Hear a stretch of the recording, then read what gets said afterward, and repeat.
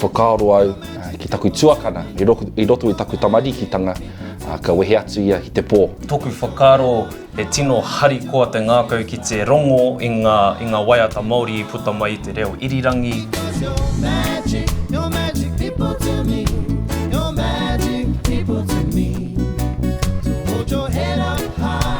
Mā ngā waiata Māori, I ako mātou, I tō mātou reo.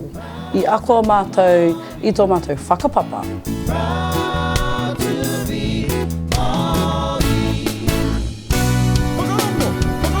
Kia tū rangatira, kia tū māia, me tō tuakiritanga, me tō Māoritanga hoki. Ko te reo te mauri o te mana Māori. O tuturu whakamaua ka tina!